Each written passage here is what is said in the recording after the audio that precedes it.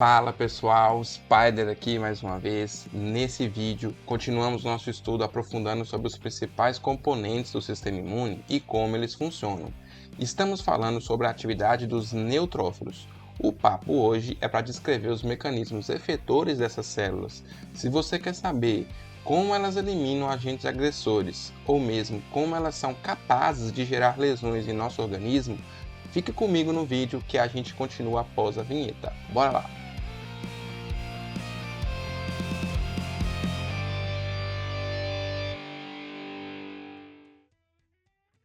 Dá para chamar a atenção ainda, que já mencionado em vídeos anteriores, que os neutrófilos também podem ser ativados, por exemplo, por citocinas.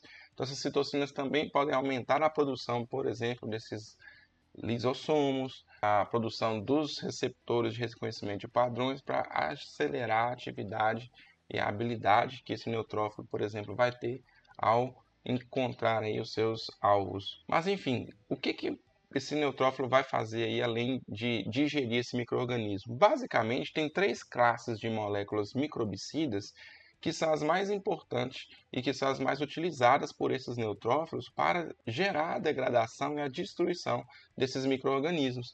A gente chamou muita atenção para essas moléculas digestivas, Então a gente pode mencionar inicialmente, como foi falado, as enzimas proteolíticas. Essas enzimas basicamente vão digerir estruturas da célula desses fungos, dessas bactérias, que acabam sendo ingeridas. E isso é um fator extremamente importante. Não à toa, quando há uma deficiência na atuação desses lisossomos, você tem um quadro de imunodeficiência, porque a eliminação de diversas bactérias, muitas vezes que não nos causam mal, não tem efeito patogênico, fica prejudicada porque a falta da atividade efetiva desse lisossomo e da sua digestão sobre esses micro-organismos prejudica a finalidade dessa célula na eliminação desses micro-organismos. A gente chama a atenção para algumas enzimas, especialmente a elastase.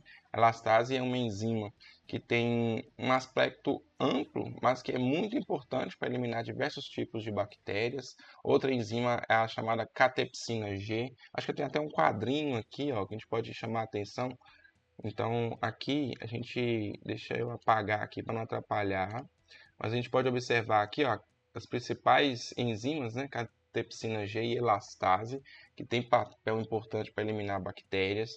Mas temos também defensinas, que muitas vezes podem inclusive ser secretadas, a gente vai ver isso, proteínas catiônicas, proteínas de aumento de permeabilidade bacteriana, tem a lactoferrina, lisozima, hidrolases ácidas.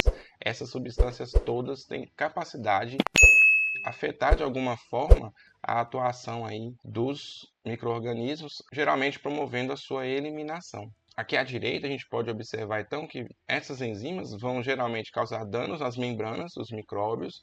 No caso da lactoferrina, na competição com o ferro, muitas vezes vai afetar aí o ferro é um elemento essencial para o metabolismo dessas bactérias. A lisozima, que quebra peptídeo-glicanos, estruturas importantes, da parede celular bacteriana. E também a gente tem aí, quando a gente tem patógenos mortos, a degradação deles por hidrolases ácidas também vai ser importante aí quando os lisossomos tiverem atividade. Então a gente pode observar que temos aqui mecanismos extremamente importantes de enzimas para a digestão desses micro-organismos. Bom, a gente pode observar aqui, tem até algumas reações químicas destacadas aqui, da ação de componentes antimicrobianos que são dependentes de oxigênio. Eles vão gerar aqui o que a gente chama de espécies reativas de oxigênio ou mesmo até de nitrogênio. A gente pode chamar atenção para óxido nítrico, peróxidos, Acho que nessa imagem anterior talvez até está mais fácil da gente observar. Eu vou dar um zoom aqui, a gente tenta explorar melhor essa imagem. O que a gente pode observar aqui? Que nessa imagem do vacúolo fagocítico aqui à esquerda, nós temos que quando o neutrófilo é ativado, especialmente quando ele é estimulado por algumas citocinas, ele aumenta a atividade sobre o oxigênio molecular. Esse oxigênio molecular ele vai ser transformado em moléculas extremamente reativas, que a gente chama de espécies reativas de oxigênio, que são agentes oxidantes altamente reativos. E aí eles conseguem destruir micro-organismos por essa ação oxidativa que eles têm sobre as moléculas, né, sobre as estruturas que vão compor aí o micro-organismo. Então, as espécies reativas de oxigênio têm várias vias sendo demonstradas aqui, da mieloperoxidase, do próprio oxigênio molecular. A gente mostra atenção aqui de algumas oxidases que o fagócito tem. E aí, o papel dessas espécies reativas de oxigênio vai ser atuar sobre o micro-organismo, causando lesões destrutivas. Qual é o problema disso? E nós vamos observar isso nos próximos vídeos. O excesso desse tipo de ataque, né, envolvendo espécies reativas de oxigênio, é extremamente danoso para o próprio neutrófilo, tendo em vista que as espécies reativas de oxigênio podem gerar destruição também para as estruturas do próprio neutrófilo. Nossas células geralmente contêm mecanismos de inativação dos radicais livres a partir do próprio processo respiratório que a célula executa. Mas quando a gente aumenta essa atividade da produção de espécies reativas de oxigênio, o controle dessas substâncias fica prejudicado e aí essas próprias moléculas usadas para a destruição de micro-organismos acabam gerando lesões nos neutrófilos que inclusive pode culminar com a morte deles.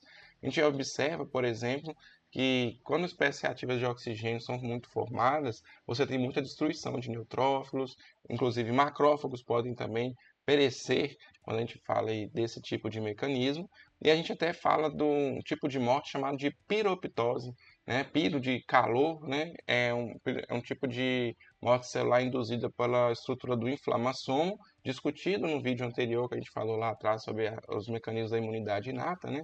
Então, esse inflamassomo acaba ajudando a produção de espécies reativas de oxigênio, mas também na destruição aí da própria célula. E aí você tem muita morte de neutrófilo. Felizmente é um tipo de célula que a gente produz bastante em momentos, né, inflamatórios ou às vezes infecções bacterianas por fungos, como a gente pode observar.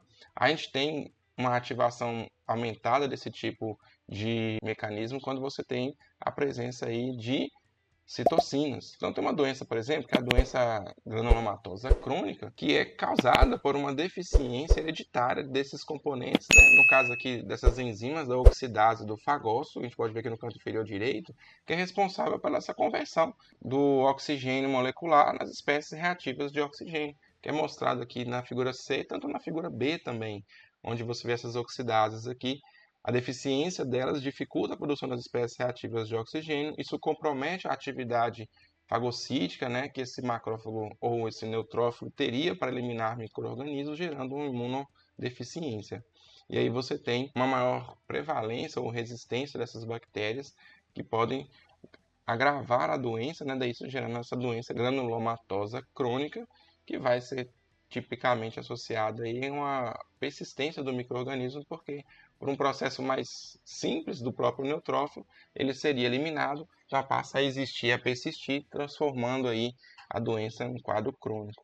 A gente até menciona um pouquinho aqui no vídeo, né, a importância desses mecanismos para eliminar micro-organismos, mas ele também precisa ser contido. Então, é o equilíbrio que seria o fator ideal aí para garantir que essas células possam agir efetivamente. Então, esse quadrinho aqui, ele meio que estava tentando mostrar a reação, né, as enzimas, a NADP-oxidase, a superóxido dismutase, a mieloperoxidase. Os efeitos vão ser a formação de radicais livres. A gente pode observar em negrito aqui quais são as moléculas que têm esse poder de oxidação. Todas essas moléculas, tanto de espécies reativas de oxigênio, como também até mesmo de nitrogênio, estão atuando nisso. A gente até chama atenção aqui, no caso, o óxido nítrico, né, que vai ser produzido, então é derivado do nitrogênio, também pode ter essa habilidade aí de ser ativada por uma enzima que geralmente só vai ocorrer num processo inflamatório, que é a óxido nítrico sintase induzida, que a gente até vê na imagem anterior aqui, ó,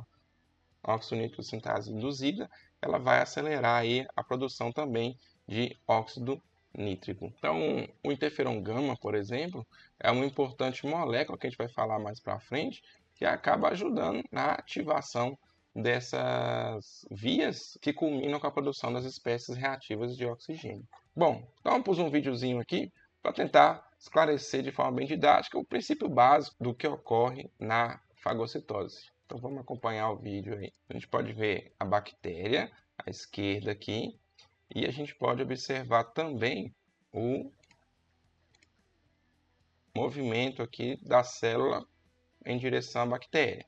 Então a gente observa que vai haver um reconhecimento dessa bactéria. Está aparecendo aqui 2 lasers, né?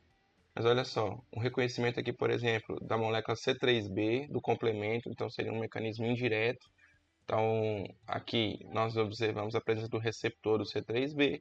Isso vai sinalizar, então, para a fagocitose, o englobamento dessa estrutura. Então, essa bactéria vai ser englobada, forma o fagossomo. Podemos observar aqui a estrutura cheia de lisossomos no citoplasma. Esse lisossomo vai se fundir ao fagossomo e aí forma um fagolisossomo. E as enzimas digestivas vão agir aqui para haver a degradação da estrutura microbiana.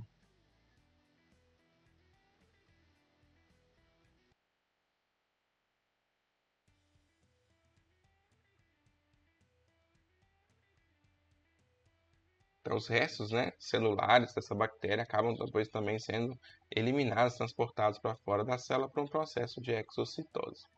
Muito bem, pessoal. Se você gostou de entender então como a fagocitose funciona, como ela é importante para a atividade desses neutrófilos e dos fagócitos em geral, não esquece, me dê aí aquele super combo youtubístico, né? Curte, comenta, compartilha o vídeo. O que você achou da fagocitose? Você conseguiu entender o papel das espécies reativas de oxigênio, sua importância e também como que elas podem gerar lesões? Se você gostou, curte aí, compartilha e não se esqueça de conferir se está inscrito no canal para você receber notificações para assim que os novos vídeos surgirem.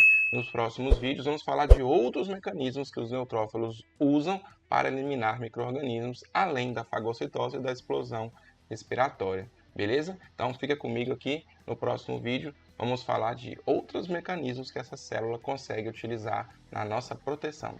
Beleza? Te vejo lá.